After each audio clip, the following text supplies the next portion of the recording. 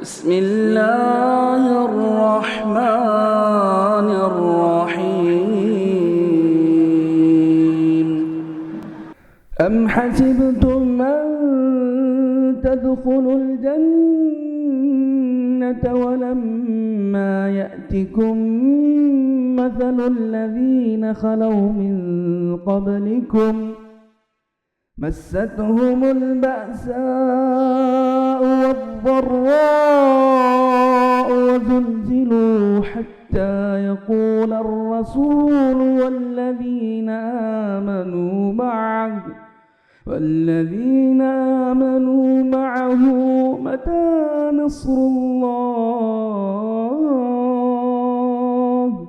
ألا إن نصر الله قريب. الحمد للہ رب العالمین والصلاة والسلام علی سید المرسلین وعلی آلہ وصحبہ اجمعین ومن تبعہم بإحسان الی یوم الدین. اعوذ باللہ من الشیطان الرجیم. بسم اللہ الرحمن الرحیم. وَإِذْ غَدَوْتَ مِنْ أَهْلِكَ تُبَوِّئُ الْمُؤْمِنِينَ مَقَاعِدَ لِلْقِتَالِ وَاللَّهُ سَمِيعٌ عَلِيمٌ.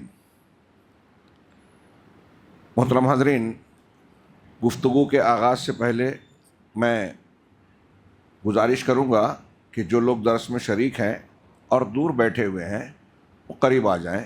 گفتگو کرنے میں بہتری ہوگی اور یہ نبی کریم صلی اللہ علیہ وسلم کی تعلیم کا حصہ ہے. پچھلے درس میں غزوہ احد کے بالکل آغاز سے پہلے کی کارروائیوں کا تذکرہ کیا جا رہا تھا اور ہم اس ذکر تک پہنچے تھے کہ مکہ کا لشکر جو 3000 افراد سپاہیوں پر مشتمل تھا، بھرپور تیاری، سخت قسم کے انتقامی جذبات کے ساتھ کچکچاتے ہوئے مدینہ کی طرف روانہ ہوا اور احد کی پہاڑی کے دامن میں، آپ میں سے جو گئے ہیں یا آج دیکھ سکتے ہیں کہ مدینہ کے ایک حصے میں جب سے باہر نکلیں گے تو احد پہاڑ کا سلسلہ لمبا چوڑا ایک کوہستانی سلسلہ ہے. تو اس کے دامن میں عینین کے مقام پر وادی قنات کے کنارے جا کے جم گئے. سن 3 ہجری جمعہ 7 شوال یہ تاریخ تھی، جمعہ کا دن تھا. اور یہ بار بار تذکرہ ہوا کہ یہ خیمہ زن جب ہو گئے تو مکہ سے چلنے سے لے کر یہاں تک پہنچنے کے درمیان جناب محمد رسول اللہ صلی اللہ علیہ وسلم نے اطلاعات کی فراہمی کا، سراغ رسانی کا جو انتظام فرما رکھا تھا، اس کے مطابق آپ کو پل پل کی خبریں مل رہی تھی. اور اس سلسلے میں مخصوص صحابہ کرام سے آپ گفتگو جاری رکھے ہوئے تھے. تبھی جب یہ مکہ کا یہ لشکر 3000 پر مشتمل احد کی وادی میں خیمہ زن ہو گیا، پہنچ گیا، تو نبی کریم صلی اللہ علیہ وسلم نے اس وقت فوجی ہائی کمان کی مجلس شورا منعقد کی. تمام لوگوں کو جو ممتاز صحابہ کرام تھے، اہل رائے تھے، یہ اسلام کا طریقہ، جناب محمد رسول اللہ صلی اللہ علیہ وسلم کی تعلیم کا حصہ آپ کو آپ کی سیرت طیبہ میں بار بار نظر آئے گا کہ آپ جو بھی کام کرتے تھے، مشورہ کرتے تھے، تو صحابہ کرام میں سے متعلقہ مسئلے اور معاملے سے جس کی زیادہ جانکاری ہوتی، مہارت ہوتی، جو اس کے لائق ہوتا، آپ انہی سے معاملات اور کام لیتے تھے. جہاں جس کام کے لائق جو ہوتا تھا اسی کے حوالے وہ کیا جاتا تھا. بلکہ اگر آپ سیرت طیبہ پڑھیں تو معلوم ہوگا کہ اس سلسلے میں نبی کریم صلی اللہ علیہ وسلم کی بصیرت بڑی گہرائی سے کام کرتی تھی. اور آپ نے جس کام کے لیے جس صحابی کو یا گروپ کو منتخب کیا وہ اس کام کے لیے انتہائی مناسب تھا. چنانچہ یہاں بھی آپ دیکھ رہے ہیں کہ مشورہ کرنے جا رہے ہیں. پہلا سبق تو یہی ملتا ہے اور بار بار کا یہ سبق ہے کہ اجتماعی امور میں جناب محمد رسول اللہ صلی اللہ علیہ وسلم کا یہ طریقہ تھا. اللہ کی تعلیم ہے قرآن مجید میں کہ کوئی معاملہ کرنا ہو تو پہلے مشورہ کریں. آپ پیغمبر تھے، سید المرسلین، خاتم النبیین. آپ چاہتے تو جو آپ کا ارادہ تھا، آپ کی رائے بنتی یا سمجھ میں آتا کہ یہ کرنا ہے تو آپ، اللہ تعالیٰ بھی حکم دے سکتا تھا، لیکن آپ مشورہ کر رہے ہیں. گویا ہمیں اور آپ کو یہ تعلیم دے رہے ہیں کہ کوئی بھی معاملہ ہو اجتماعی امور میں، معاملات کو طے کرنے کے لیے مشورہ کرنا چاہیے. چنانچہ آپ مشورہ کرنے کے لیے سب کو اکٹھا کرتے ہیں. آپ نے اپنا دیکھا ہوا ایک خواب بتلایا. ابھی سب کو جمع کیا اور اب گفتگو کا آغاز کرنے جا رہے ہیں. صورتحال پر تبادلہ خیال کرنے سے پہلے آپ نے کہا کہ میں نے ایک خواب دیکھا ہے جس میں خیر بھی ہے، اور وہ میں نے دیکھا کہ کچھ گائے بیل کچھ گائیں ذبح کی جا رہی ہیں، اور میں نے دیکھا کہ میری تلوار کے سرے پر، تلوار کے کنارے پر کچھ شکستگی ہے، یعنی ٹوٹ پھوٹ کی شکار ہے، تھوڑا ٹوٹ گیا ہے کچھ حصہ. پھر یہ بھی دیکھا میں نے کہ اپنا ہاتھ ایک محفوظ زرہ میں داخل کر دیا. زرہ وہ جنگ کا لباس جس سے دشمن کے وار سے آدمی اپنا بچاؤ کرتا ہے. تو زرہ میں جو چیز چلی گئی وہ سیف ہو گئی.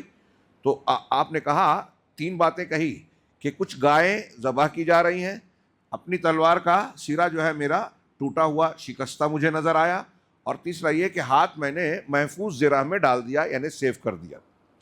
پھر آپ نے اس خواب کی خود ہی تعبیر بیان کی کہ گائے کے ذبح کرنے کا مطلب یہ ہے کہ میرے صحابہ کرام میں سے، صحابہ میں سے کچھ لوگ شہید ہو سکتے ہیں، اس جنگ میں شہید ہوں گے. اور میری تلوار کے سرے کے ٹوٹنے کی تعبیر یہ ہے کہ میرے اپنے گھر کا بھی کوئی شخص شہید ہوگا. اور اپنی ہاتھ کو زرہ میں، محفوظ زرہ میں ڈالنے کا مفہوم یہ ہے کہ اگر ہم نے مدینہ میں رہ کر، اس شہر میں رہ کر اگر اپنے آپ کو مقابلہ کیا تو ہم محفوظ ہوں گے، اور مدینہ میں پہنچتے ہوئے ہم سیف ہو جائیں گے. یہ گویا آپ نے تعبیر بتلائی. اس سے شہر مدینہ مراد ہے، یعنی محفوظ زرہ شہر مدینہ ہے. آپ صلی اللہ علیہ وسلم نے صحابہ کے سامنے دفاعی حکمت عملی کے مطابق اپنی رائے پیش کی کہ اب صورتحال یہ ہے کہ دشمن کا زبردست لشکر ہمارے قریب میں پڑاؤ ڈال چکا ہے، خیمہ زن ہے.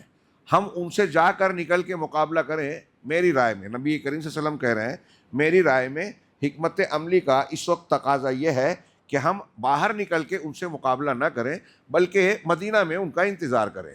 اس میں فائدہ یہ ہوگا کہ مدینہ میں ان کو کھلا میدان اور مقابلے کے لیے اچھا، ہمیں زخم پہنچانے کے لیے اچھا موقع نہیں مل پائے گا.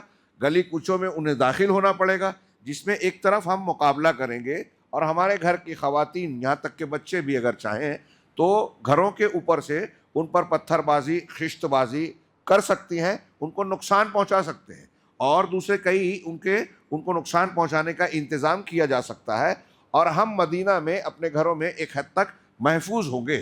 چنانچہ آپ کی یہ رائے کی تائید عبداللہ بن ابی بن سلول نے بھی کی. عبداللہ بن ابی بن سلول، جس کے بارے میں یہ بتایا گیا کہ یہ راس المنافقین ہوا بعد میں، تو اس نے کہا کہ یہ رائے بہت صحیح ہے، ہم اپنے گھروں میں رہ کے ان کا مقابلہ کر سکتے ہیں اور ہم اپنا تحفظ بھی کر سکتے ہیں. لیکن بظاہر وہ اللہ کے رسول صلی اللہ علیہ وسلم کی تائید کر رہا تھا، لیکن اس کے دل میں مقصد یہ تھا کہ ایسا اگر ہوگا تو ہم منافقین جو جنگ میں حصہ لینا نہیں چاہتے، دل سے مسلمانوں کا ساتھ اندر سے وہ دینا نہیں چاہتے، اب اگر باہر نکلنے کی نوبت آتی تو انہیں بھی نکلنا پڑتا شرما شرمی میں، ملاحظے میں، تو یہ دقت پیش آتی. اور اگر مدینہ میں رہ کے، جیسا کہ نبی کریم صلی اللہ علیہ وسلم کی رائے تھی حکمت عملی کے تحت، تو اگر مدینہ میں رہ کے یہ کام کرنا پڑتا تو ان لوگوں کو گویا دقت نہیں آتی، اپنے گھروں میں بیٹھے رہتے، مقابلہ بھی نہیں کرتے، اور لوگوں کو پتہ بھی نہیں چلتا کہ ہم نے مقابلے میں حصہ نہیں لیا، اپنے جان کی بازی نہیں لگائی، قربانی نہیں دی. اس کا یہ مقصد تھا. لیکن اللہ تبارک و تعالیٰ نے بھی، یعنی اگرچہ مسلمانوں کے لیے یہاں خطرہ تھا، نبی صلی اللہ علیہ وسلم کی رائے جو تھی محفوظ اور مناسب اور بالکل صحیح تھی. بعد میں واقعات نے بھی بتایا کہ مسلمانوں کے حق میں حکمت عملی کے تحت اس وقت یہی صحیح تھی. لیکن جہاں مسلمانوں کا کچھ نقصان ہونے والا تھا، وہیں اس میں اللہ رب العالمین کی بڑی حکمتیں بھی کار فرما تھی کہ عبداللہ بن ابی بن سلول کی رائے نہیں چلی. نبی کریم صلی اللہ علیہ وسلم پیغمبر ہوتے ہوئے آپ نے جو رائے دی، کئی صحابہ نے اور ایک اکثریت نے، جن میں بڑی تعداد ان صحابہ کرام کی تھی جو لوگ غزوہ بدر میں شریک نہیں ہو پائے تھے، اور انہیں اس بات کا بڑا دکھ تھا کہ ہمیں ایسی قربانی اور ایسے مقابلے کا موقع ہاتھ نہیں آیا جہاں جان کو قربان کرنے کا موقع ہاتھ آتا ہے، مرنے کا موسم آتا ہے، تو اپنی جان لٹانے کا ایسا قیمتی وقت ہمارے ہاتھ نہیں آیا. اس کا بڑا دکھ تھا متعدد صحابہ کرام کو۔ ان میں سے بعض نے یہ موقع بھی جب بدر کا معاملہ ہوا تو کہا کہ اب جب کوئی موقع آئے گا تو ہم اپنی جو ہے قربانی پیش کریں گے اور ہم اللہ کی راہ میں اپنے جوہر دکھائیں گے، اپنی جان کی بازی لگائیں گے، بلکہ ضرورت پڑی تو جان قربان کریں گے۔ اس قسم کے عہد و پیمان کے ساتھ صحابہ کرام نبی کریم صلی اللہ علیہ وسلم سے پرجوش تھے کہ نہیں اللہ کے رسول، ہم چاہتے ہیں کہ ہم باہر نکل کے ان کو دو دو ہاتھ کر کے ان کا سامنا کریں اور ان کے دانت کھٹے کریں۔ یہ پرجوش صحابہ کرام یہ رائے دے رہے تھے، اور ان میں خود جناب محمد رسول اللہ صلی اللہ علیہ وسلم کے سگے چچا حضرت امیر حمزہ رضی اللہ تعالی عنہ بھی اس پر جو ہے اسی رائے کے قائل تھے کہ نہیں، ہمیں باہر نکال کر باہر نکل کے جو ہے ان کا مقابلہ کرنا چاہیے۔ تو انہوں نے یہاں تک کہا، اس ذات کی قسم جس نے آپ پر کتاب نازل کی، میں کوئی غذا نہ چکھوں گا یہاں تک کہ مدینے سے باہر اپنی تلوار کے ذریعے دو دو ہاتھ نہ کر لوں۔ رسول اللہ صلی اللہ علیہ وسلم نے اکثریت کے اصرار کے سامنے اپنی رائے ترک کر دی اور آخری فیصلہ یہی ہوا کہ مدینے سے نکل کر کفار مکہ کا، ان کے لشکر کا مقابلہ کیا جائے گا۔ یہاں اللہ تبارک و تعالیٰ کی جو میں نے کہا کہ کئی حکمتیں تھیں، اس میں یہ حکمت بھی تھی کہ یہ عبداللہ بن ابی بن سلول اور ان کا جو گروہ اور ٹولہ تھا، مسلمانوں کے اندر آستین کے سانپ بن کر چھپا ہوا تھا، اندر سے مشرکین کا ساتھ دے رہا تھا، اور اگر مدینہ میں رہ کے مقابلہ آرائی کا معاملہ ہوتا تو جیسا کہ میں نے کہا یہ چھپے رہتے، ظاہر نہیں ہوتے۔ اب جب نکل کر مقابلہ کرنا ہے تو گویا وہاں جو کچھ واقعہ پیش آیا اور ان کا جو دبا ہوا یا چھپا ہوا کردار تھا وہ مسلمانوں کے سامنے بے نقاب ہونے والا تھا۔ اللہ یہی چاہتا تھا، اور قرآن کی آیت میں اس کا ذکر بھی کیا۔ آگے اس کی وہ آیت کریمہ آ رہی ہے کہ اللہ تعالیٰ چاہتا تھا کہ اہل ایمان، جو پختہ ایمان والے ہیں اور جن لوگوں نے نفاق اختیار کیا، وہ دونوں چھنٹ جائیں، صاف ہو جائیں۔ یہ اللہ تبارک و تعالیٰ احد کی میدان میں گویا ایک چکی تھی، ایک بھٹی تھی، جس میں خالص مسلمان اور جھوٹے مسلمان تب کر الگ ہو گئے، باہر آ گئے۔ اس کے بعد اللہ کے رسول صلی اللہ علیہ وسلم نے اسلامی لشکر کی ترتیب دینا شروع کی۔ اس کے بعد نبی صلی اللہ علیہ وسلم نے جمعہ کی نماز پڑھائی، جمعہ کا دن تھا 7 شوال، جمعہ کی نماز پڑھائی، وعظ و نصیحت کی، جد و جہد کی ترغیب دی کہ اللہ کے راستے میں قربانیاں دینے کے اور صبر و ثبات کے کیا فائدے ہیں، اس کے کیا اجر و ثواب ہیں۔ ساتھ ہی حکم دیا کہ دشمن سے مقابلے کے لیے تیار ہو جائیں۔ یہ سن کر لوگوں میں خوشی کی لہر دوڑ گئی۔ یہاں خوف دہشت نہیں تھی، بلکہ یہاں صحابہ کرام کا مزاج یہ تھا کہ ہمیں تو جان لٹانے کا موسم ہاتھ آ رہا ہے، جنت خریدنے کا موقع مل رہا ہے، تو خوش ہو گئے۔ اس کے بعد آپ نے عصر کی نماز پڑھی، ظہر کے بعد، جمعہ کے بعد جب آپ نے بات کی، چیت کی، مشورہ ہو گیا، سب ہو گیا، تو آپ نے عصر کی نماز پڑھی۔ اس وقت تک لوگ جمع ہو چکے تھے، یعنی آپ نے اعلان کیا، اب مدینہ کے مختلف اطراف سے بھی، حوالی مدینہ سے بھی لوگ جمع ہونے لگے تیاری کے ساتھ کہ ہمیں مقابلے کے لیے اب نکلنا ہے۔ حوالی کے باشندے بھی آ چکے تھے۔ نماز کے بعد آپ گھر میں اندر تشریف لے گئے۔ حضرت عمر، حضرت ابوبکر صدیق رضی اللہ تعالیٰ عنہ آپ کے ساتھ گھر میں موجود تھے۔ انہوں نے آپ کے سر پر عمامہ باندھا اور لباس پہنایا۔ آپ نے نیچے اوپر 2 زرہیں پہنی، جنگی ہتھیار آپ زیب تن فرما رہے ہیں۔ یہ دیکھیے، میں نے اس سے پہلے بھی بدر کے سلسلے میں کہا کہ اللہ کے نبی صلی اللہ علیہ وسلم نے کی تعلیم ہمیں یہ بتاتی ہے کہ صرف دعا کرنا، صرف ایسے ہی توکل کرنا کہ آپ ہاتھ پر ہاتھ دھر کر بیٹھے رہیں، یہ شریعت کی تعلیم نہیں ہے۔ اپنی دعاؤں کے ساتھ محنت اور تدبیر اختیار کرنا۔ اللہ کے نبی صلی اللہ علیہ وسلم سے بڑھ کر اللہ تبارک و تعالیٰ پر اعتماد، بھروسہ اور توکل کرنے والا کوئی ہو ہی نہیں سکتا۔ لیکن آپ بھروسے، دعا کے ساتھ ساتھ آپ خود تدابیر اختیار کر رہے ہیں۔ دنیا میں کامیابی کے لیے جو طریقے محنت کے ہو سکتے ہیں، ساری چیزیں آپ نے کی۔ اور غزوہ احد، آپ کے غزوات میں، میں نے پہلے بھی کہا، پھر سے دہراؤں، اگر آپ ایک ایک بات پر غور کریں، نبی کریم صلی اللہ علیہ وسلم نے کیا کچھ تدابیر اختیار کی، آپ کی حکمت عملی کیا تھی، آپ کس طریقے سے چھوٹی چھوٹی باتوں میں بھی غور کر کے ان کا انتظام فرماتے تھے، تو آج کا کوئی انتہائی ماہر سپہ سالار ہو، جس نے بہت اونچی اونچی ڈگریاں حاصل کی ہو، دنیا کی جنگوں کا مطالعہ اور مشاہدہ کرنے کے بعد، بہت سارے اساتذہ اور ٹیچرز کو پڑھنے کے بعد وہ جنگی ماہر بنا ہو، اگر وہ بھی غور سے دیکھے گا تو ایسا لگے گا کہ نبی کریم صلی اللہ علیہ وسلم کے سامنے ابھی بھی اسے سیکھنے کی ضرورت ہے۔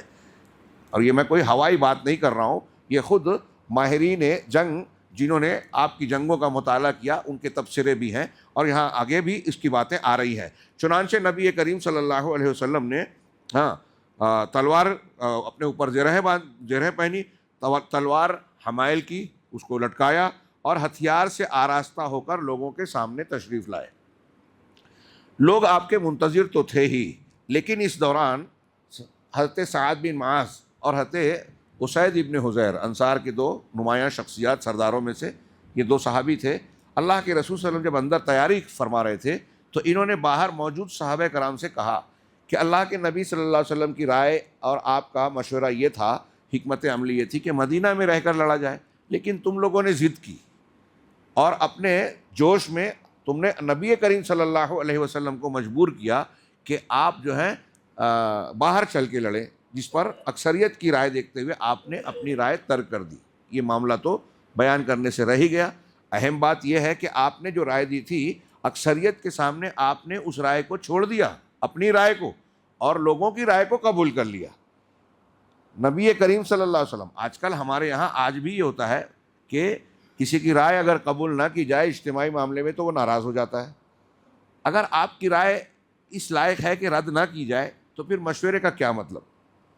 ایک جگہ بیٹھ کر آپ اپنی رائے دے رہے ہیں، میں اپنی رائے دے رہا ہوں، کوئی تیسرا اپنی رائے دے رہا ہے، تو کیا یہ ممکن ہے کہ سبھی کی رائے پر عمل ہو؟ اگر الگ الگ ہے تو نہیں ہو سکتا، ایک ہی کی رائے مانی جائے گی۔ اور مشورے کا مقصود یہی ہوتا ہے کہ رائے الگ الگ سامنے آئے اور ہر رائے کے پہلوؤں پر غور کیا جائے، اندازہ لگایا جائے کہ کون سی زیادہ بہتر ہے اور کون زیادہ مفید ہے، کس میں نقصان کا پہلو ہے، کمزوری ہے تو کمزور کو چھوڑ دیا جائے، مضبوط کو، بہتر کو لے لیا جائے، یہی مقصود ہوتا ہے۔ اور اس میں یہ بھی پتہ چلتا ہے کہ نبی کریم صلی اللہ علیہ وسلم عالم الغیب نہیں ہے، اور آپ نے اپنی رائے چھوڑ کے دوسرے کی رائے لی۔ یہ ہمارے لیے نمونہ ہے کہ کوئی کتنا بھی بڑا انسان ہو، ایسا ہو سکتا ہے کہ بعض اوقات بعض معاملات میں اس کے مقابلے میں دوسرے کی رائے زیادہ بہتر سمجھی جائے اور اسے قبول کیا جائے، اور جب رائے قبول کرنے کے بعد کوئی متفقہ فیصلہ ہو جائے تو سب کو اس کا پالن کرنا چاہیے۔ ہمارے یہاں مزاج یہ ہے کہ جماعت کی، مسجد کے ذمہ داروں کی یا کسی بھی ادارے کی میٹنگ ہوتی ہے، بڑے لوگ مشورہ کرتے ہیں اور مشورہ کرنے کے بعد کوئی فیصلہ کرتے ہیں تو چلتا پھرتا آدمی بولتا ہے ارے یہ کیا فیصلہ کیا، ہم نہیں مانتے، یہ تو ایسا کر دیا، یہ تو ویسا کر دیا۔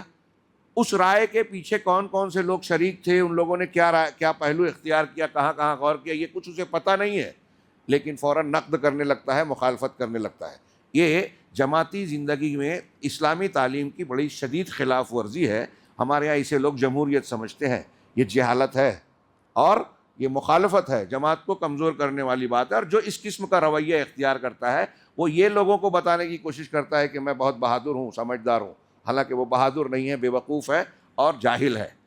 یاد رکھیے یہ ہمارے سماج میں بہت کامن ہے، اس کی اصلاح کی شدید ضرورت ہے، اور کوئی دوسرا کرتا ہے دھیان نہیں دیتا تو ہمیں چاہیے کہ اس کی اصلاح کریں، یاد دلائیں کہ اللہ کے رسول صلی اللہ علیہ وسلم کی تعلیم یہ ہے۔ بہرحال آپ نے حضرت سعد بن معاذ اور حضرت اسید رضی اللہ عنہ، ان دونوں نے باقی صحابہ سے کہا کہ آپ لوگوں نے رسول اللہ صلی اللہ علیہ وسلم کو اپنی رائے چھوڑ کر اپنی رائے، آپ لوگوں کی رائے ماننے پر مجبور کیا، یہ ٹھیک نہیں کیا۔ جو اللہ کے نبی صلی اللہ علیہ وسلم کی رائے تھی اسے مان لینا چاہیے تھا کہ ہم مدینہ میں رہ کر ہی مقابلہ کریں، آپ یہ چاہتے تھے۔ تو اس پر دیگر صحابہ کرام کو بھی احساس ہوا، شرمندگی اور ندامت ہوئی۔ چنانچہ جب آپ ہتھیار کے لباس کو، جنگ کے لباس کو پہن کر باہر تشریف لاتے ہیں تو تمام صحابہ، وہاں موجود صحابہ نے کہا کہ اللہ کے رسول صلی اللہ علیہ وسلم ہمیں آپ کو اس بات پر مجبور نہیں کرنا چاہیے تھا کہ آپ باہر چل کے لڑیں، آپ کی جو رائے تھی، جو حکمت عملی کے تحت تھی، ہم اس کو قبول کرتے ہیں، اپنی رائے کو چھوڑتے ہیں، مدینہ ہی میں رہ کر مقابلہ کرتے ہیں، وہ ارادہ ترک کرتے ہیں۔ نبی کریم صلی اللہ علیہ وسلم نے کہا نہیں، فیصلہ دیکھیے اب ہو چکا تھا، اور آپ نے فرمایا کہ کسی نبی کے لیے یہ مناسب اور جائز نہیں ہے کہ جنگی لباس پہن لینے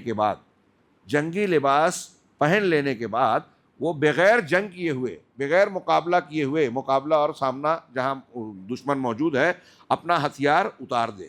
ہاں، چنانچہ رسول اللہ صلی اللہ علیہ وسلم نے فرمایا کہ کوئی نبی جب اپنا ہتھیار پہن لے تو مناسب نہیں کہ اتارے تاکہ اللہ اس کے درمیان اور دشمن کے درمیان فیصلہ کر دے۔ یہ مسند احمد، نسائی وغیرہ کی ایک حدیث ہے۔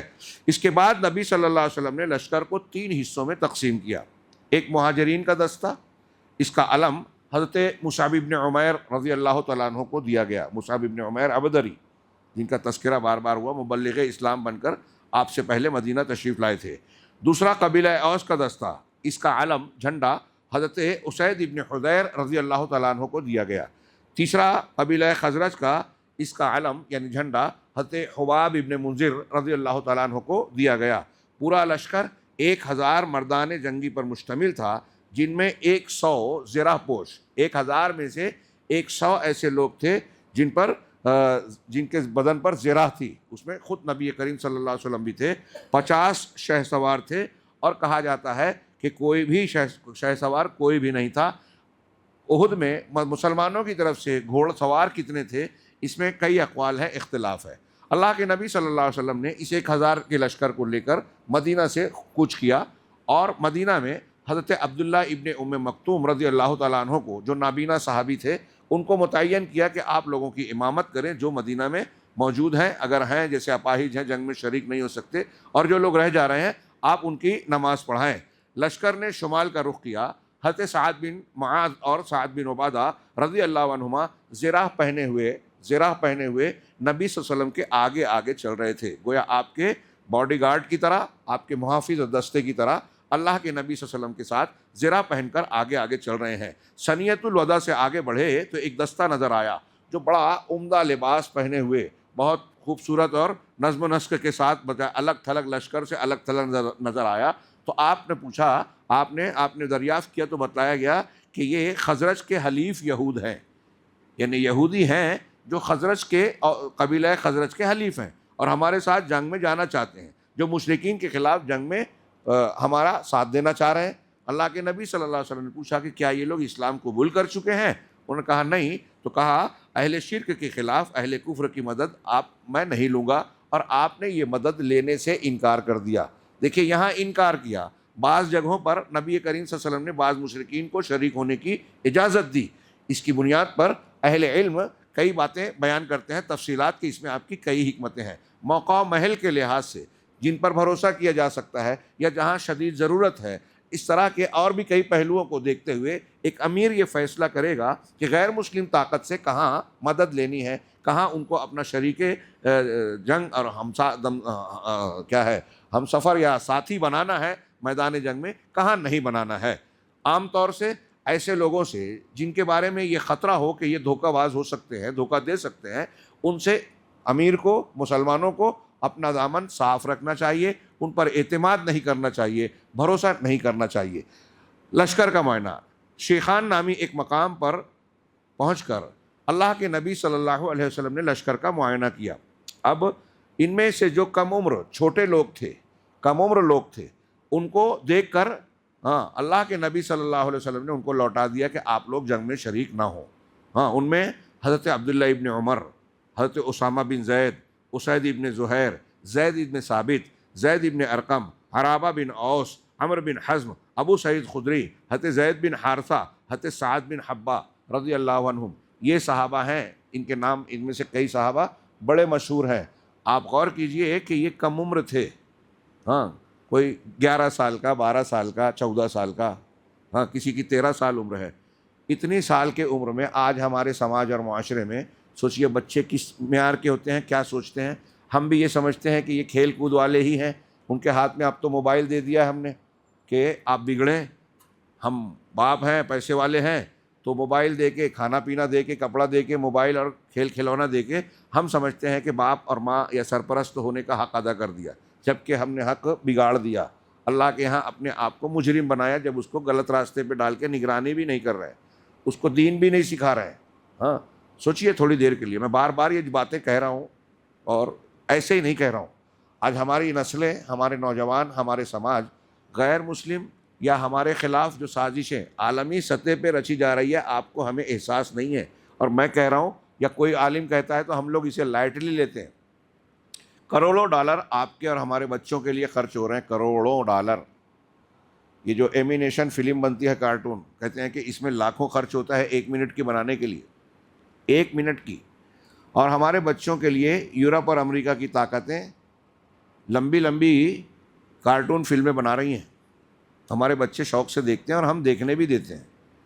ہمیں پتہ نہیں ہے کہ ان میں بھی ہمارے بچوں کے ذہن کو کدھر مولڈ کرنا ہے، کیسے ان کو برین واش کرنا ہے، یعنی ان کا واش کرنا ہے ان کے برین کو، یہ باقاعدہ گہرائی سے مطالعہ کر کے غیر محسوس طریقے پہ اس میں ڈالا جاتا ہے کہ لڑکے اور لڑکے کی تعلق کو ایسا بنا دیا جائے کہ بچپن سے ہی اس کے دماغ میں بیٹھ جائے کہ اس میں کوئی بات نہیں ہے، بے پردگی، اختلاط، زنا، رشتوں کا تقدس کو پامال کرنا، ہاں، اور عیسائیت کی کچھ بنیادیں، تعلیمیں، ان کے تہذیب اور ثقافت، کھانے پینے کے انداز، اس میں غیر محسوس طریقے پہ ایسے ڈالا جاتا ہے واقعات کی روشنی میں، جانوروں کے تعلق سے، بندر، شیر اور ان کی کہانیوں کے بیچ میں، کہ ہم محسوس بھی نہیں کر سکتے۔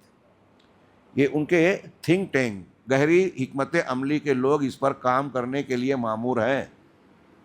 اور صرف یہی ایک راستہ نہیں ہے، ٹی وی چینلز پہ جو سیریلز آتے ہیں، فلمیں بنتی ہیں، ہاں، کتابیں لکھی جا رہی ہیں، ذرائع ابلاغ کو استعمال کیا جا رہا ہے، نیٹ کو استعمال کیا جا رہا ہے، نئی نئی ٹیکنالوجی میں ہر جگہ، ہاں، اگر ایک ہمارا نوجوان گندی اور ننگی فلم دیکھتا ہے تو اس کے پیچھے بھی وہ لوگ یوں ہی پیسہ نہیں بہا رہے ہیں، انہیں اس بات کا شوق نہیں ہے کہ اس طریقے سے عورتوں کو اور مردوں کو ننگا کر کے پیش کریں۔ اس کا مقصد یہ ہے کہ نئی نسل کو، خاص طور سے مسلمانوں کی نسل کو، اس طرح سے اس بیماری کا عادی اور لت لگا دی جائے، عادی بنا دی جائے کہ وہ دوسری چیزیں سوچنے کے لائق ہی نہ رہیں۔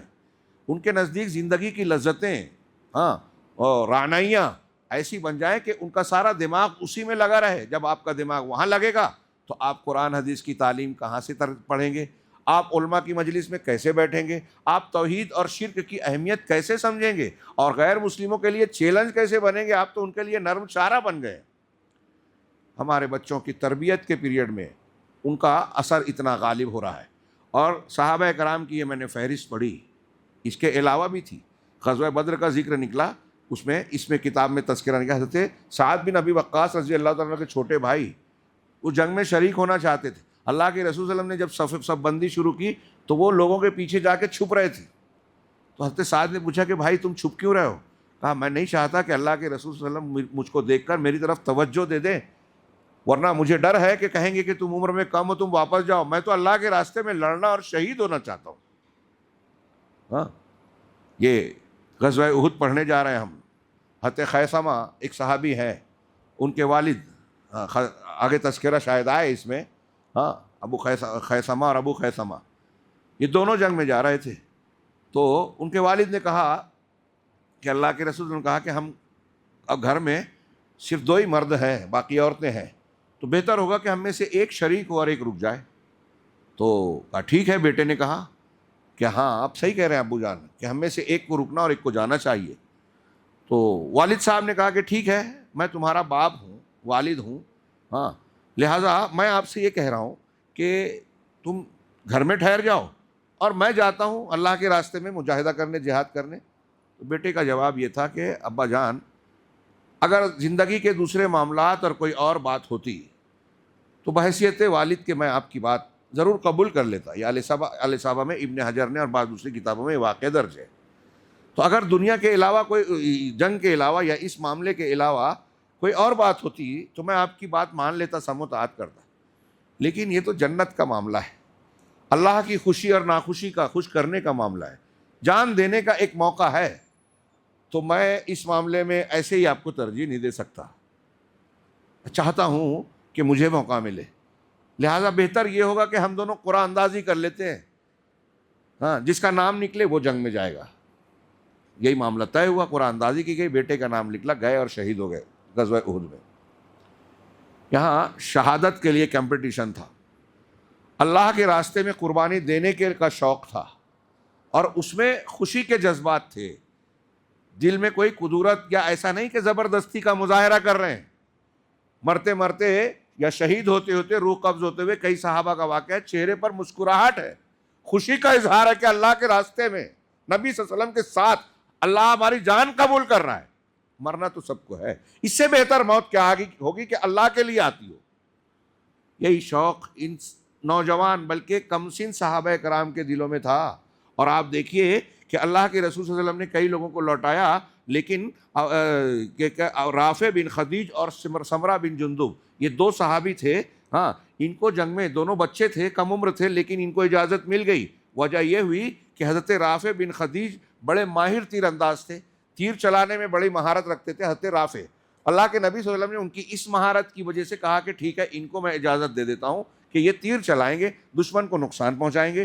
لیکن جب سمرہ بن جندب نے دیکھا کہ رافع کو اجازت مل گئی، مجھے واپس کیا جا رہا ہے، تو کہا اللہ کے رسول آپ نے اب رافع کو اجازت دی ہے، مجھے واپس کر رہے ہیں؟ ہاں۔ کہا اللہ کے رسول میں تو اسے پچھاڑ سکتا ہوں، اگر آپ مقابلہ کرائیں تو میں اس کو پچھاڑ دوں گا، تو اگر اس کو اجازت ملی تو مجھے ملنا چاہیے۔ کہا ٹھیک ہے، دونوں کو بلایا اور کہا کشتی لڑو۔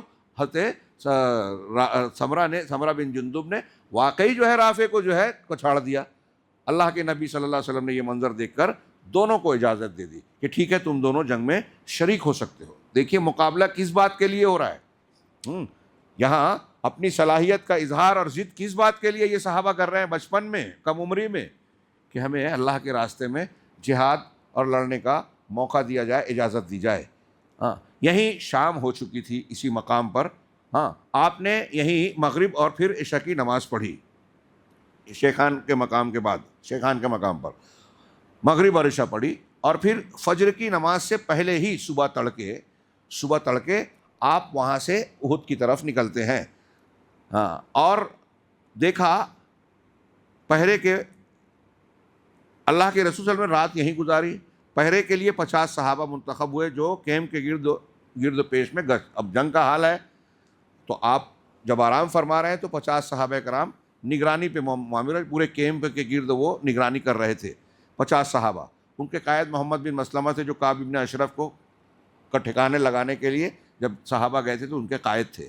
ہاں، یہی وہ پھر اس کے بعد ذکوان بن عبداللہ قیس نام خاص نبی صلی اللہ علیہ وسلم کے پاس پہرا دے رہے تھے، اور محمد بن مسلمہ اور ان کے 50 لوگ الگ الگ۔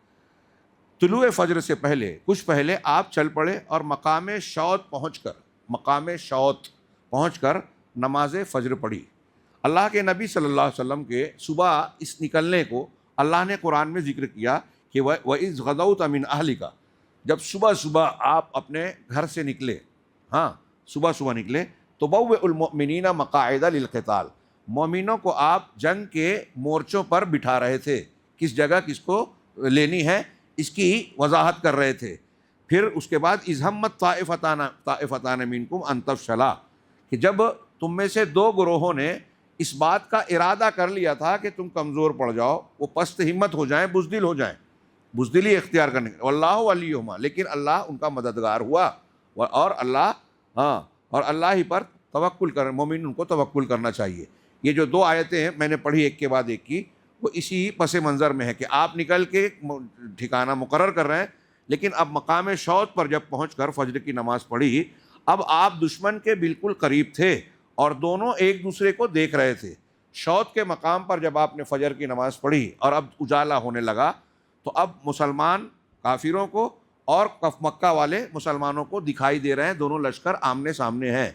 اس مقام پر پہنچنے کے بعد عبداللہ بن ابی بن سلول نے 300 ساتھیوں کو لے کر، اپنے 300 ساتھیوں کو لے کر احتجاج کرتے ہوئے وہاں سے کہا کہ ہم آپ کا ساتھ نہیں دیتے، ہماری رائے نہیں مانی گئی، ہم کہہ رہے تھے کہ مدینہ میں رہ کے جنگ کرو اور آپ باہر نکل گئے، تو آپ کے اس رائے سے ہم متفق نہیں ہیں، اب ہم اپنے آپ کو کیوں خطرے میں ڈالیں، خودکشی کریں، اپنی جان کو فنا کریں، یہ ہم سے نہیں ہوگا، اور اپنے ساتھیوں کو لے کر وہیں سے واپس آیا، 300 ساتھیوں کو۔ اہل علم نے، سیرت نگاروں نے، اور یہاں شیخ صفی الرحمن صاحب نے بھی اس کو بیان کیا کہ عبداللہ بن ابی بن سلول کا یہ کی ہے حرکت، اس حرکت پر غور کیجئے کہ یہ سادی سودی حرکت نہیں تھی، یا وہ جو کہہ رہا تھا صرف اتنی ہی بات نہیں تھی کہ ہماری رائے نہیں مانی گئی اس لیے، بلکہ ایک تو یہ کہ اس کے بغض و عناد کا بھانڈا پھوٹنا تھا، جو وہ دل میں کینہ کپٹ رکھتا تھا۔ ہر جمعہ کو نبی کریم صلی اللہ علیہ وسلم جب جمعہ کی نماز پڑھانے آتے تھے نا، تو خطبے سے پہلے عبداللہ بن ابی بن سلول کھڑا ہو کے کہتا تھا کہ آپ لوگ غور سے خطبہ سنیے، محمد صلی اللہ علیہ وسلم اللہ کے رسول ہیں، ایسے ہیں ویسے ہیں، آپ کی تعریف کرتا، لوگوں کی ترغیب دیتا۔ یہ دیکھیے، جو لوگ نقلی ہوتے ہیں، جو لوگ اندر سے دشمن ہوتے ہیں، وہ اپنے آپ کو صحیح اور اچھا دکھانے کے لیے کیا کچھ مظاہرہ کرتے ہیں۔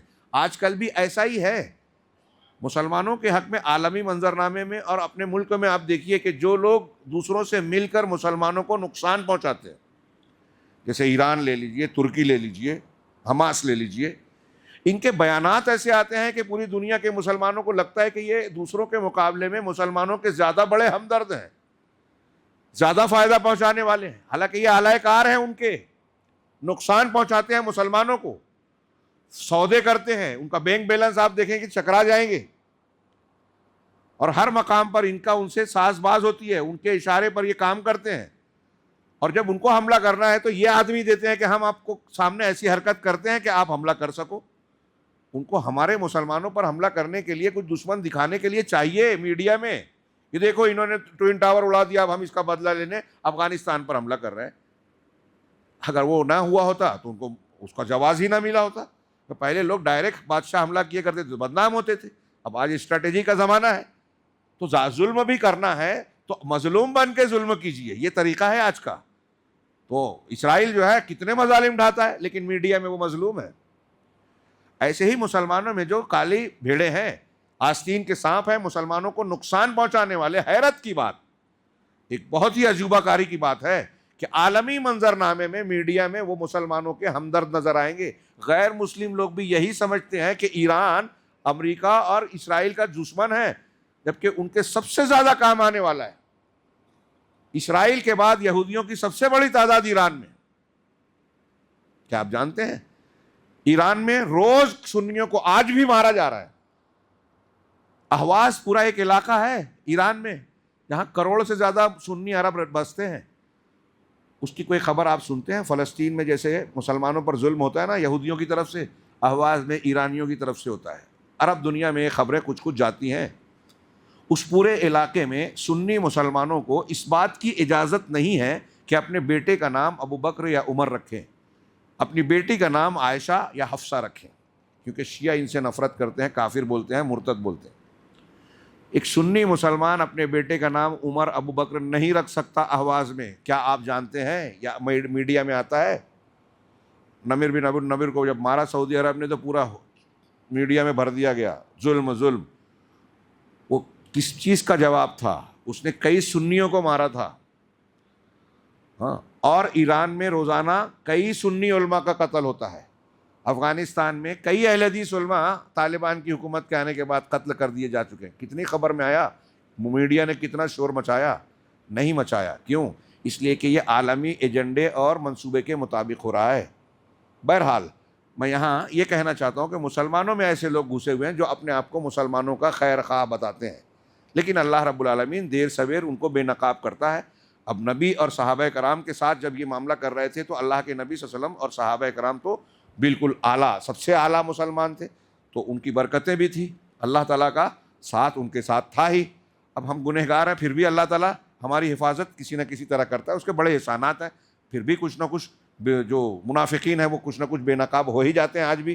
تو بہرحال یہ مقام شوت پر جب دونوں فوجیں ایک دوسرے کو دیکھ رہی ہیں، یہاں سے عبداللہ بن ابی بن سلول کا لوٹنا کیا معنی رکھتا ہے؟ جنگی نقطہ نظر سے غور کیجئے کہ اس میں مسلمانوں کا حوصلہ پست کرنا مقصود تھا، کہ اب ایک تو پہلے ہی سے مسلمان 1000 تھے اور وہ 3000، اب اس میں سے 300 جب کم ہو رہے ہیں تو مزید 300 کی کمی سے 700 بن رہے ہیں، 700 ہو رہے ہیں، اور ان کے تعداد زیادہ، تو جو مسلمان جا رہے ہیں وہ تو جا رہے ہیں، کم ہو رہے ہیں، جو بچ رہے ہیں 700، ان کے دلوں پر اس کا اثر پڑے گا یا نہیں پڑے گا؟ مقصود یہی تھا۔ یہاں پہنچ کر اگر اسے نہیں شریک ہونا تھا تو مدینہ ہی میں کہتا کہ ہماری رائے نہیں مانی گئی ہے، ہم نہیں جاتے آپ کے ساتھ، وہیں رک جاتا، لیکن انہوں نے اور ان کے ساتھیوں نے ایسا نہیں کیا۔ مقصد یہ تھا کہ مسلمانوں کو مزید کمزور کیا جائے، دشمنوں کا حوصلہ بڑھایا جائے۔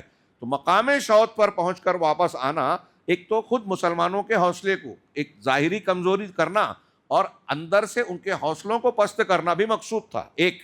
دوسرا، جب وہ دیکھیں گے، جب یہاں سے وہ ہٹ رہے تھے تو مکہ کا لشکر بھی ان پر نظر ڈالے ہوئے تھا، سامنے موجود دیکھ رہا ہے، تو جب مکے کے لشکر کے لوگ یہ دیکھیں گے کہ ارے مسلمانوں میں سے ایک بڑا حصہ تو پیسے ہی واپس ہو رہا ہے، تو اسے اس کا حوصلہ اور بڑھے گا کہ پہلے ہی 1000 تھے، اب اس میں اور کم ہو رہے ہیں، تو ہمارے لیے تو اور نرم شارہ بنتا جا رہا ہے، آسانی ہو جائے گی ان کو شکست دینے میں۔ تو دشمنوں کا حوصلہ بڑھانا، مسلمانوں کا حوصلہ گھٹانا، گویا یہ ان کا مقصود تھا۔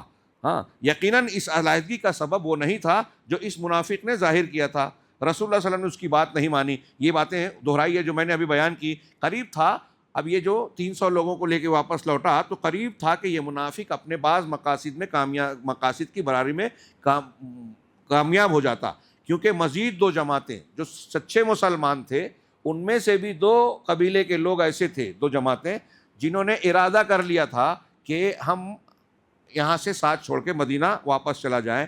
بنو حارثہ قبیلہ، اس میں ایک قبیلہ اوس کی شاخ بنو حارثہ تھی اور دوسرے قبیلہ خزرج کی شاخ بنو سلمہ، ان کے قدم بھی اکھڑنے لگے اور وہ واپسی کی سوچ رہے تھے، وہ سوچ رہے تھے کہ ہم بھی واپس چلیں، لیکن اللہ تعالیٰ نے ان کی دستگیری کی اور یہ دونوں جماعتیں اضطراب اور ارادہ واپسی کے بعد جم گئیں۔ اللہ تعالیٰ نے انہی کے متعلق فرمایا جو ابھی میں نے آیت پڑھی تھی کہ اذ ہمت طائفتان منکم ان تفشلا واللہ ولیہما وعلی اللہ فلیتوکل المؤمنون، کہ جب تم میں سے 2 جماعتوں نے، 2 گروہوں نے یہ ارادہ کر لیا تھا کہ پست ہمت ہو جائیں گے، بزدلی کا مظاہرہ کریں گے، لیکن اللہ ان کا مددگار تھا، اللہ ان کا ولی ہے، لہٰذا مسلمانوں کو چاہیے کہ مومنوں کو چاہیے کہ اللہ پر بھروسہ کریں۔ مطلب ان کے دل کو ڈھارس بندھا دی اور انہوں نے اپنا یہ ارادہ چھوڑ دیا، بعد میں انہوں نے اللہ سے معافی اور توبہ کی، جیسا کہ قرآن میں تذکرہ ہے۔ صحابہ کرام بھی انسان تھے، ان سے بھی حالات کی بنیاد پر ان سے بھی کچھ لغزشیں یا خیالات میں اس طرح کی باتوں کا آنا فطری تھا، وہ کوئی انسانوں سے پرے تو نہیں تھے۔ تو ان حالات کے شکار میں آپ وہاں اپنے آپ کو رکھیے، آج اپنے آپ پر غور کیجئے، کتنے نازک اور کٹھن حالات تھے وہ۔ ایسے میں کچھ لوگوں کے خیالات کچھ وقتی طور سے کچھ متزلزل ہو گئے، تو یہ ایک انسانی بشری تقاضا تھا۔ اللہ رب العالمین نے اس کا تذکرہ کرنے کے ساتھ ہی یہ بتایا کہ اللہ ان کا ولی ہے، گویا ان کی صفائی کر رہا ہے، اور ایسے لوگوں کے تعلق سے آگے آیتوں میں بیان کیا کہ جو سچے مسلمان کچھ واپس بھی چلے گئے تھے اور بعد میں انہوں نے توبہ اور معافی مانگی اللہ سے، اللہ نے انہیں معاف کر دیا، لیکن بندے معاف نہیں کرتے، ان کا تذکرہ کر کے ان کی برائی کرنے کی کوشش کرتے ہیں۔ ایسے بعض لوگوں کو روافض اور روافض کے جو چیلے ہمارے یہاں درمیان میں پائے جاتے ہیں، مرزا انجینئر جیسے لوگ، ایسی جگہوں سے کھود کے وہ روایتیں لاتے ہیں جس میں کوئی ایک نام مل جائے کہ دیکھو یہ بھی چلے گئے تھے، تو اب اس کو بیس بنا کر ان کو تنقید کا ہدف بناتے ہیں، جبکہ اللہ کا کلام پڑھیں تو اللہ تعالیٰ قرآن میں کہہ رہا ہے کہ اللہ نے انہیں معاف کر دیا۔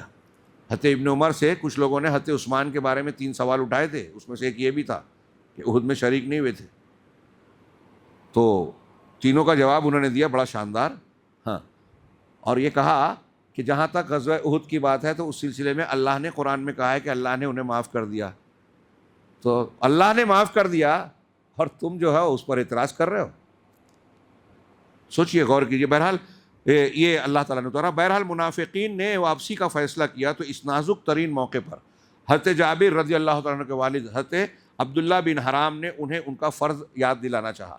آگے جنگ کی کارروائی ہوگی تو ہم پڑھیں گے کہ یہ عبداللہ حضرت جابر کے والد، عبداللہ، یہ بھی شہدائے احد میں ہے، بڑا شاندار کردار۔ چنانچہ موصوف انہیں ڈانٹتے ہوئے، واپسی کی ترغیب دیتے ہوئے اور یہ کہتے ہوئے ان کے پیچھے پیچھے چلو کہ آؤ اللہ کی راہ میں لڑو یا دفاع کرو۔ یہ پیچھے پیچھے جا رہے ہیں ان کے منافقین کے، ارے کیوں واپس جا رہے ہو، واپس آؤ، اللہ کے راستے میں لڑو یا پھر دفاع کرو۔ مگر انہوں نے جواب میں کہا کہ اگر ہم جانتے کہ آپ لوگ لڑائی کریں گے تو ہم واپس نہ ہوتے، اور یہ کہا کہ ہم لڑائی کرنا ہم جانتے نہیں ہیں۔ یہ جواب سن کر عبداللہ بن حرام یہ کہتے ہوئے واپس ہوئے کہ او اللہ کے دشمنوں، تم پر اللہ کی مار، یاد رکھو اللہ اپنے نبی کو تم سے مستغنی کر دے گا، اللہ اپنے نبی کو تمہارا محتاج نہیں رکھا ہے، اگر وہ چاہے گا تو اکیلا ہی نہیں پٹ لے گا۔ یہ تو ہمارے اور آپ کے لیے موقع کی بات تھی کہ ہم اللہ کے رسول کا ساتھ دیتے، اپنے آپ کو خوش قسمت بناتے، اجر کا مستحق بناتے، لیکن تم اللہ کے دشمن ہو۔ گویا یہ رسوائی ان کے سامنے آنا تھی، ان کا بھانڈا پھوٹنا تھا۔ اسی میں انہی منافقین کے بارے میں اللہ تعالیٰ کا یہ ارشاد ہے، سورہ آل عمران کی یہ آیتیں، یعنی جو منظر کشی کی گئی کہ منافقین جا رہے ہیں، حضرت جابر کے والد حضرت عبداللہ ان کو پکار رہے ہیں کہ آؤ واپس مت جاؤ، اللہ کا لڑو یا دفاع کرو، اور انہوں نے نہیں مانی، غلط جواب دیا۔ تو اللہ تعالیٰ نے اس واقعے کو اپنے کلام میں محفوظ کیا، جس میں ہمارے لیے درس ہے، وَلِيَعْلَمَ الَّذِينَ نَافَقُوا، اور تاکہ اللہ تبارک و تعالیٰ ان کو ظاہر کر دے، جان جائے، اللہ تو جانتا ہی تھا، ظاہر کر دے جنہوں نے نفاق کیا۔ وَقِيلَ لَهُمْ، جبکہ ان سے کہا گیا، تعالوا، آؤ، قاتلوا فی سبیل اللہ او ادفعوا، اللہ کے راستے میں قتال کرو یا دفاع کرو۔ قالوا لو نعلم قتالا لاتبعناکم، تو ان لوگوں نے جواب میں یہ کہا، یہ قرآن کا فرمان ہے، ان لوگوں نے کہا کہ اگر ہم قتال جانتے تو آپ لوگوں کی اتباع کرتے، ہاں یعنی لڑنا جانتے یا یہ جانتے کہ آپ لڑنے والے، دونوں مفہوم کیا کہ اگر ہم لڑنا جانتے تو تمہاری اتباع کرتے۔ اللہ تعالیٰ نے ان کے بارے میں کیا جملہ فرمایا؟ ہم للکفر یومئذ اقرب منہم للایمان، اس دن جب یہ بات ہو رہی تھی تو ایمان کے مقابلے میں وہ کفر سے زیادہ قریب تھے، یعنی ان کی یہ بات، ان کی یہ پوزیشن کافروں سے قریب تھی، کفر سے قریب تھی، ایمان سے دور تھی۔ قالوا یقولون بافواہہم ما لیس فی قلوبہم، وہ اپنی زبانوں سے، اپنے منہ سے وہ بات کہہ رہے تھے جو ان کے دلوں میں نہیں تھی۔ واللہ اعلم بما یکتمون، اور اللہ خوب جانتا تھا جو وہ چھپا رہے تھے۔ میں نے جیسا کہ اشارہ کیا کہ یہ منافقین کی تعداد تھی، اس میں کچھ خالص مسلمان بھی بہک گئے، ان کے ساتھ ہو گئے۔ ہاں، بقیہ اسلامی لشکر دامن احد میں۔ اس تمرد اور واپسی کے بعد رسول اللہ صلی اللہ علیہ وسلم نے باقی ماندہ لشکر کو لے کر، جس کی تعداد 700 تھی، دشمن کی طرف قدم بڑھایا۔ دشمن کا پڑاؤ آپ کے درمیان اور احد کے درمیان کئی سمت سے حائل تھا، یعنی اب احد کی وادی میں جا رہے ہیں تو اب سامنے لشکر پڑ رہا ہے، آپ احد میں سامنے جا نہیں سکتے تھے اور پیچھے کے حصہ اس لائق نہیں تھا محفوظ۔ چنانچہ اللہ کے رسول صلی اللہ علیہ وسلم چاہتے تھے کہ دشمنوں کے سامنے پہاڑی کے، یعنی پیٹھ کی طرف پہاڑی ہو اور یہ لوگ ہمارے سامنے ہو، ایسے مقام پر پہنچے۔ تو آپ چاہتے تھے، آپ نے پوچھا کہ اس کام کے لیے ہم جو جس مقام پر احد میں جو مورچہ لینا چاہتے ہیں پہاڑ کے دامن میں، وہاں تک پہنچانے کے لیے کوئی دوسرا راستہ کون ہمیں بتائے گا؟ یعنی سیدھا راستے پہ دشمن کی فوج تھی تو گھوم کے جانا پڑتا تھا، تو کوئی راستہ ہے اچھا سا جہاں سے گزر کر ہمارا لشکر جو ہے وہاں پہنچ جائے؟ اس پر حضرت ابو خیثمہ رضی اللہ تعالیٰ عنہ نے عرض کیا، یا رسول اللہ، اس خدمت کے لیے میں حاضر ہوں۔ پھر انہوں نے ایک مختصر سا راستہ اختیار کیا جو مشرکین کے لشکر کو مغرب کی سمت چھوڑتا ہوا نبی کے بنی حارثہ کے حرہ اور کھیتوں سے گزرتا تھا۔ لشکر کا گزر مربع بن قیزی کے باغ سے ہوا۔ یہ شخص بہت منافق تھا، بڑا منافق اور نابینا تھا، اللہ کے رسول اور مسلمانوں سے بغض عناد رکھتا تھا۔ وہ موجود تھا، اسے جب آہٹ محسوس ہوئی تو یہ آگے لپکا اور اس نے کہا کہ اگر تم میں محمد صلی اللہ علیہ وسلم، اگر آپ اللہ کے رسول ہیں تو یاد رکھیں آپ میرے باغ میں آنے کی آپ کو اجازت نہیں ہے۔ لوگ اسے مارنے کے لیے لپکے، لیکن اللہ کے رسول صلی اللہ علیہ وسلم نے روک دیا اور کہا کہ یہ آنکھ کا اور دل کا دونوں کا اندھا ہے، اسے چھوڑ دو۔ پھر رسول اللہ صلی اللہ علیہ وسلم نے آگے بڑھ کر وادی کے آخری حصے پر واقع احد پہاڑی کی گھاٹی میں نزول فرمایا اور وہیں اپنے لشکر کا کیمپ لگوایا۔ غور سے سنیے، جو ماہر سپہ سالار کی بات کہہ رہے ہیں، یہاں جو آپ نے انتظامات کیے کئی اعتبار سے بڑی اہمیت اور گہرائی سے مطالعے کا ہے۔ ہاں، کیمپ لگوایا، سامنے مدینہ تھا۔ اب سمجھ لیجئے کہ یہاں لشکر ہے، سامنے مدینہ ہے، لیکن مدینہ اور لشکر کے بیچ میں مشرکین کا لشکر ہے، یعنی مدینہ اس طرف ہے، مسلمان ادھر ہے، بیچ میں کفار کا لشکر ہے۔ ہاں، دونوں کے درمیان حد فاصلہ مدینہ اور مسلمانوں کے درمیان کفار کا لشکر۔ اب دفاعی منصوبہ آپ نے کیسا بنایا؟ یہاں پہنچ کر رسول اللہ صلی اللہ علیہ وسلم نے لشکر کی تنظیم و ترتیب و تنظیم کی، جنگی نقطۂ نظر سے اسے کئی صفوں میں تقسیم فرمایا، الگ الگ صفحے کی، کہاں کون صف رہے گی، مقابلہ کس انداز میں کس ترتیب سے کریں گے۔ ماہر تیر اندازوں کا ایک دستہ بھی منتخب کیا جو 50 مردان جنگی پر مشتمل تھا۔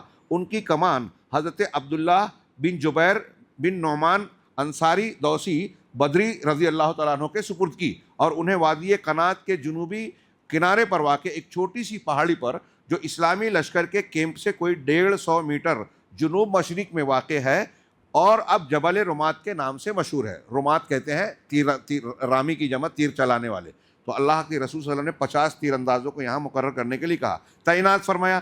اس کا مقصد ان کلمات سے واضح ہے جو آپ نے ان تیر اندازوں کو ہدایت دیتے ہوئے ارشاد فرمایا۔ نبی کریم صلی اللہ علیہ وسلم کے الفاظ آگے پڑھوں اس سے پہلے بتاؤں کہ میں نے ابھی اشارہ کیا آپ کو کہ سمجھ لیجئے کہ یہ مسلمانوں کا لشکر یہاں ہے، سامنے کفار کا ہے، اس طرف مدینہ۔ اب پہاڑی سے آ کر آپ یہاں آئے تھے، تو جس جگہ مسلمانوں کا لشکر ہے، یہاں جیسے میں بیٹھا ہوں، فرض کر لیجئے کہ اس حصے میں ہے، اس حصے میں پیچھے پوری احد کی پہاڑی ہے، احد کی پہاڑی ادھر سے سیف بھی ہو گئے، لیکن جنوب کی طرف جو ہے وہ شمال جنوب میں نیچے کی جانب ایک گھاٹی تھی، اس گھاٹی کا راستہ کھلا تھا، صرف وہ ایک راستہ تھا جہاں پیچھے سے دشمن حملہ کر سکتا تھا۔ نبی کریم صلی اللہ علیہ وسلم نے اس کو سیف کرنے کے لیے حضرت عبداللہ بن جبیر انصاری دوسی اور بدری صحابی تھے، ان کی قیادت میں 50 تیر اندازوں کو وہاں مقرر کیا کہ جو ماہر تیر انداز تھے، کہ اگر اس پیچھے سے تم کو محسوس ہو کہ دشمن کا کوئی دستہ ہم پر حملہ کرنے کے لیے پیچھے سے آنا چاہتا ہے تو تیر مار مار کے اور مقابلہ کر کے تم انہیں کھدیڑ دو، روک دو، ہاں ہم پر ادھر سے حملہ نہ ہو سکے۔ یہ جانب جب سیف ہو جائے گا تو پیچھے سے کوئی بھی راستہ نہیں بچتا کہ کوئی دستہ، کوئی لشکر ہمارے لیے جو ہے خطرہ بن سکے۔ آپ نے ان کو جو نصیحت کی اور پھر جو جگہ چنی اس کا تذکرہ، ان کی نصیحت کے یہ الفاظ سنائیے جو حدیثوں میں موجود ہے۔ اللہ کے رسول صلی اللہ علیہ وسلم ارشاد نے فرمایا، ان کے کمانڈر کو مخاطب کرتے ہوئے فرمایا کہ شہ سواروں کو، گھوڑے پہ جو ہے، شہ سواروں کو تیر مار کر ہم سے دور رکھو۔ گھوڑ سوار اگر کوئی پیچھے سے آتا ہے تو تیر مار کر دور رکھنا، وہ پیچھے سے ہم پر چڑھ نہ آئیں، ہم جیتیں یا ہاریں تم اپنی جگہ رہنا، تمہاری طرف سے ہم پر حملہ نہ ہونے پائے۔ یہ ایک روایت کے الفاظ ہیں۔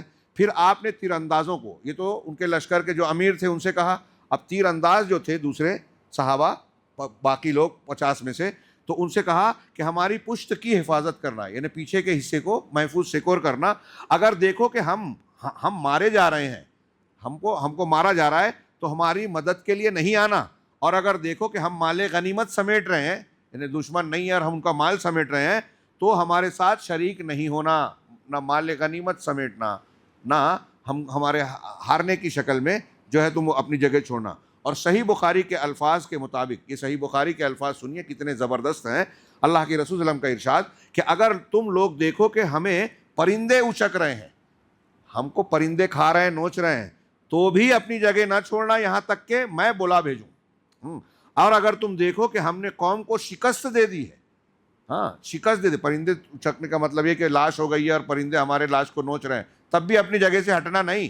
اور تم دیکھو کہ ہم نے دشمن کو شکست دے دی ہے اور انہیں کچل دیا ہے، تو بھی اپنی جگہ نہ چھوڑنا یہاں تک کہ میں بلا بھیجوں۔ یہ مولانا صفی الرحمان صاحب نے بخاری کے حوالے سے یہ الفاظ ترجمہ کر کے نقل کیا ہے۔ ان سخت ترین فوجی احکامات و ہدایات کے ساتھ اس دستے کو پہاڑی پر متعین فرما کر رسول اللہ صلی اللہ علیہ وسلم نے وہ واحد شگاف بند کر دیا، پیچھے کا سوراخ اور راستہ بند کر دیا، جس سے نفوذ کر کے، جس میں داخل ہو کر مشرکین کا کوئی رسالہ مسلمانوں کی صفوں کے پیچھے پہنچ سکتا تھا اور ان کے محاصرے اور نرغے میں لے سکتا تھا۔ باقی لشکر کی ترتیب یہ تھی کہ میمنہ داہنی جانب، میمنہ پر حضرت منذر بن عمر مقرر ہوئے اور میسرہ پر حضرت زبیر بن عوام رضی اللہ تعالیٰ عنہ، اور ان کا معاون حضرت مقداد بن اسود کو بنایا گیا۔ حضرت زبیر کو یہ مہم بھی سونپی گئی کہ وہ خالد بن ولید کے شہ سواروں کی راہ روکے رکھیں۔ خالد بن ولید اس وقت کافر تھے اور مسلمانوں کے خلاف کفار مکہ کے لشکر میں شامل تھے اور ان کو کمان بھی دی گئی تھی۔ اس ترتیب کے علاوہ صف کے اگلے حصے میں، اتنی ترتیب کے بعد اللہ کے رسول نے صف کے اگلے حصے میں ایسے ممتاز اور منتخب بہادر مسلمان رکھے جن کی جانبازی اور دلیری کا شہرہ تھا اور جنہیں ہزاروں کے برابر مانا جاتا تھا۔ یہ ایسے ہی نہیں کہہ رہے ہیں، جو عربوں میں مشہور تھے کہ یہ ایک اکیلے 1000 کا مقابلہ کر سکتے ہیں، بہت سارے لوگوں کے مقابل میں کام کر سکتے ہیں، لڑ سکتے ہیں، ایسے کچھ خاص لوگوں کو منتخب کر کے اللہ کے رسول صلی اللہ علیہ وسلم نے اگلی صف میں رکھا۔ یہ ایسے ہی نہیں تھا، تعداد کم ہو گئی تھی نا، تو کم تعداد کے بھرپائی کے لیے یہ انتظامات غور کیجئے۔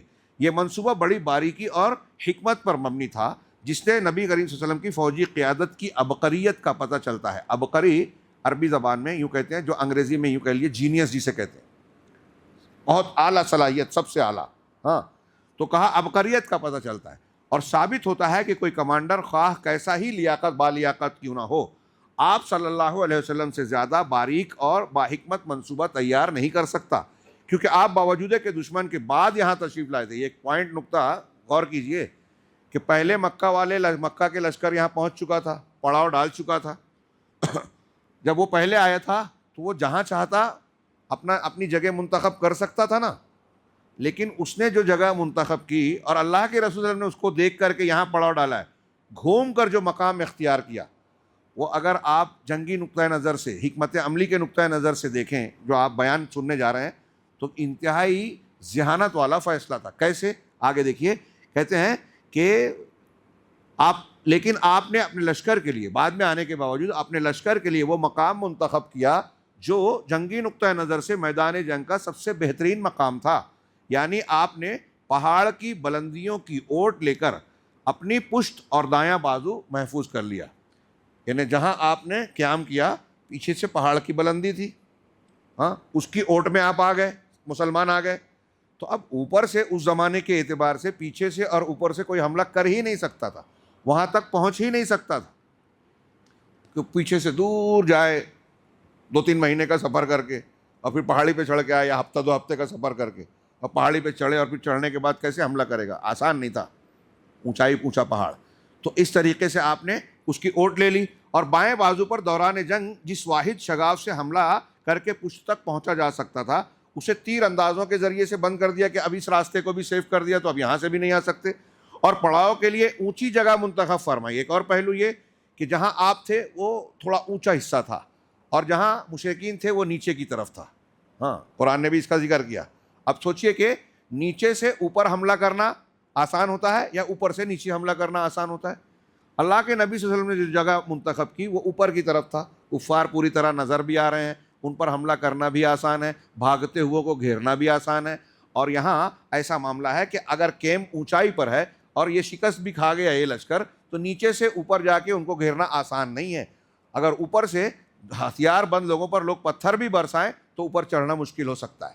تو نبی کریم صلی اللہ علیہ وسلم نے اوپر کا حصہ اس طریقے سے منتخب فرمایا. اگر خدا نخواستہ، اللہ نہ کرتا، اگر شکست سے دوچار ہونا پڑے تو بھاگنے اور تعاقب کنندگان کی قید میں جانے کی بجائے کیمپ میں پناہ لی جا سکتی تھی، اور اگر دشمن کیمپ پر قبضے کے لیے پیش قدمی کرے تو اسے نہایت سنگین نقصان سے دوچار ہونا پڑے گا. اس کے برعکس آپ نے دشمن کو اپنے کیمپ کے لیے ایک ایسا نشیبی مقام قبول کرنے پر مجبور کر دیا کہ اگر وہ غالب آ جائے تو فتح کا کوئی خاص فائدہ نہیں اٹھا سکتے تھے. ہاں، اور اگر مسلمان غالب آ جائیں تو تعاقب کرنے والوں کو کی گرفت سے بچ نہ سکے.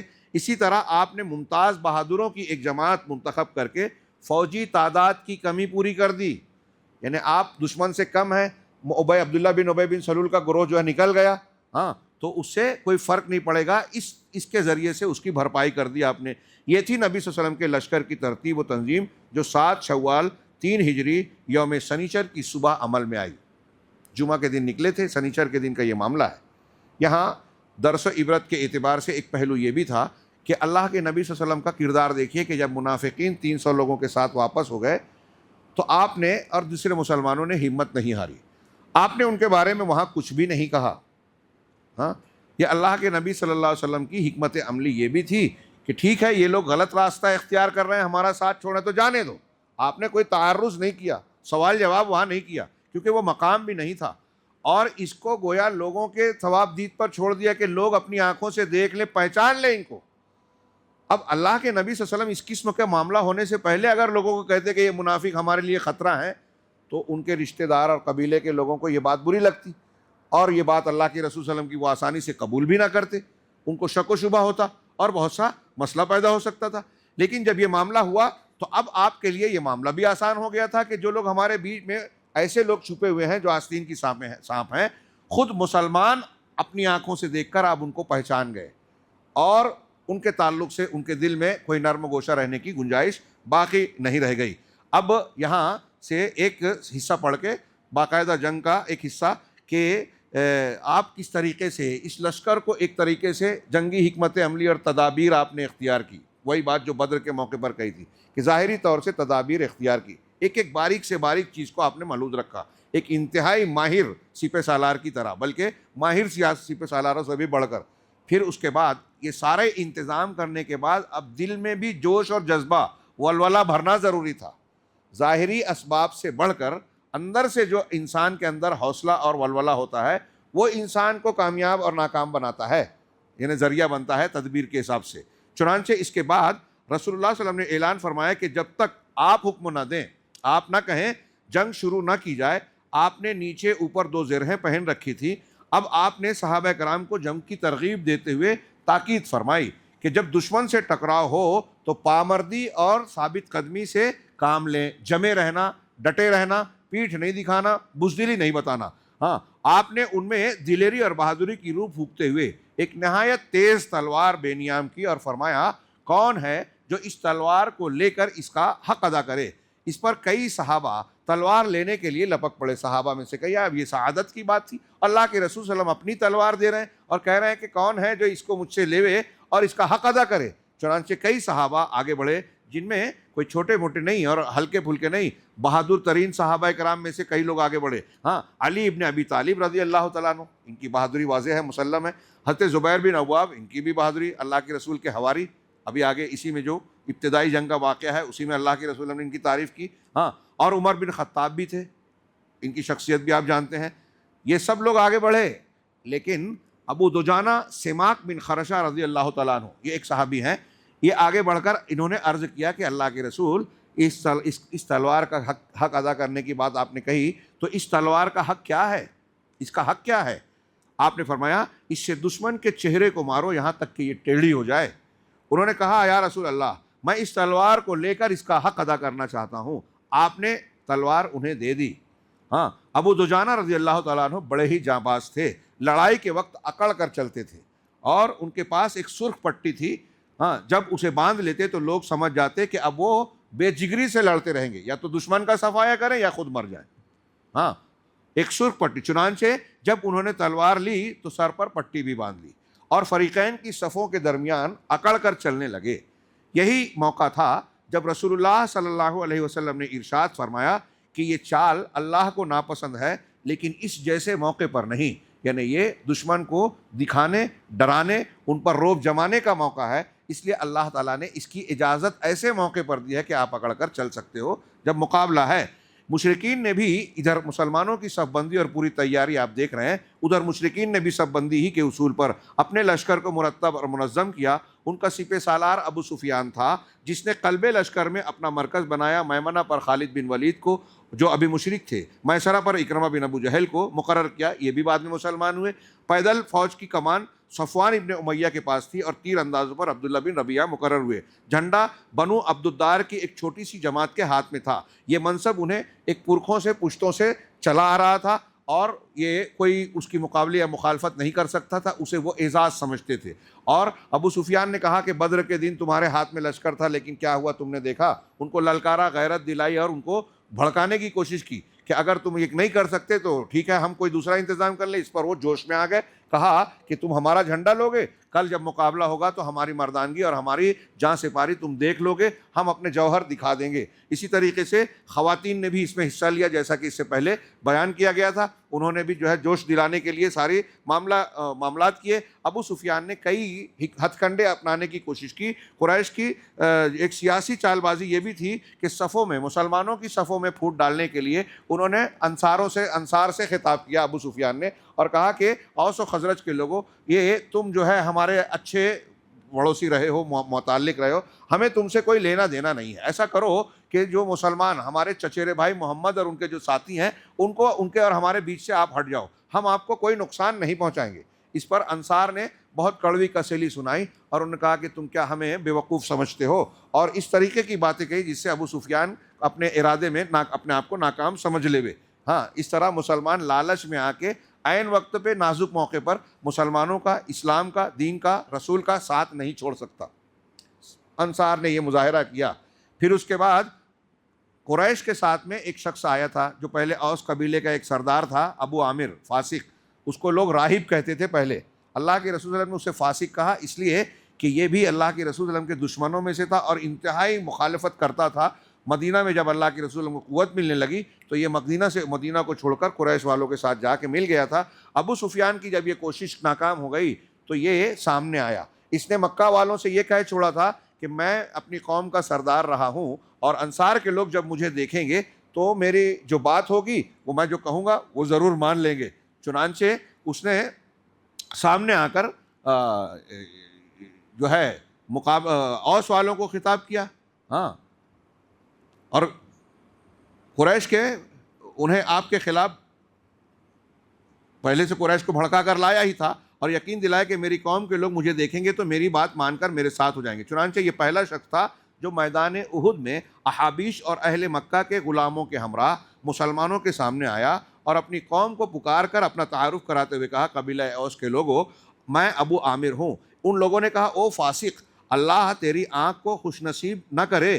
اس نے یہ جواب سنا تو کہا، اوہو، میری قوم میرے بعد شر سے دوچار ہو گئی ہے. پھر لڑائی شروع ہوئی تو اس نے بڑی پرزور جنگ کی اور مسلمانوں پر جم کر پتھر برسائے۔ اس طرح قریش کی جانب سے اہل ایمان کی صفوں میں دراڑ اور اختلاف پیدا کرنے کی جتنی کوششیں بھی کی گئی، کوششیں ناکام ہو گئی اور مسلمان بالکل پختہ ایک دیوار بن کر ان کے سامنے کھڑے ہو گئے۔ یہ ساری کوششیں آپ غور کیجئے، مولانا صفی الرحمن صاحب نے بھی لکھا کہ اس سے یہ بھی پتہ چلتا ہے کہ مکہ کا لشکر مسلمانوں سے بڑا سہما اور ڈرا ہوا تھا، حالانکہ 3 گنا سے بھی زیادہ، پہلے 1000 اور 3 گنا 3000 تھے، اب 300 اور کم ہو گئے، 3 گنا سے بھی زیادہ تعداد ہے، ہتھیار میں بھی زیادہ ہیں، پھر بھی جو ہے ان کو ڈر لگا ہوا ہے اور کوشش یہ کر رہے تھے کہ اگر انصاری لوگ، مدینہ کے لوگ ان کا ساتھ چھوڑ دیں تو یہ تھوڑے سے ہوں گے اور ہم ان کو گھیر کر آسانی سے کچل دیں گے۔ حالانکہ اللہ تبارک و تعالیٰ تو اکیلے بھی اپنے بندے اور محمد صلی اللہ علیہ وسلم کی مدد کر سکتا تھا اور کی ذمہ لے رکھا تھا، لیکن ان کی کوششیں دنیاوی اعتبار سے ناکامیاب ہوئی۔ اس سے پتہ چلا کہ مقابلے میں سب سے زیادہ مضبوط چیز جو ہوتی ہے وہ ہمارا ایمان اور ہمارا حوصلہ ہوتا ہے، جو ڈٹائے رکھتا ہے، حق پر قائم رکھتا ہے۔ جس کے ایمان میں کمزوری ہوتی ہے، جس کے موقف میں جھول ہوتا ہے، جیسا کہ آج کل ہمارے درمیان بہت سارے لوگوں کو دیکھتے ہیں کہ جہاں کچھ کٹھن وقت آیا، سخت حالات آئے، فوراً الٹی سیدھی باتیں کرنے لگتے ہیں، اسلامی تعلیمات پر، ایمانیات پر شک کرنے لگتے ہیں، غیروں کا ساتھ دینے کی باتیں کرنے لگتے ہیں، اپنے موقف سے پیچھے ہٹ جاتے ہیں۔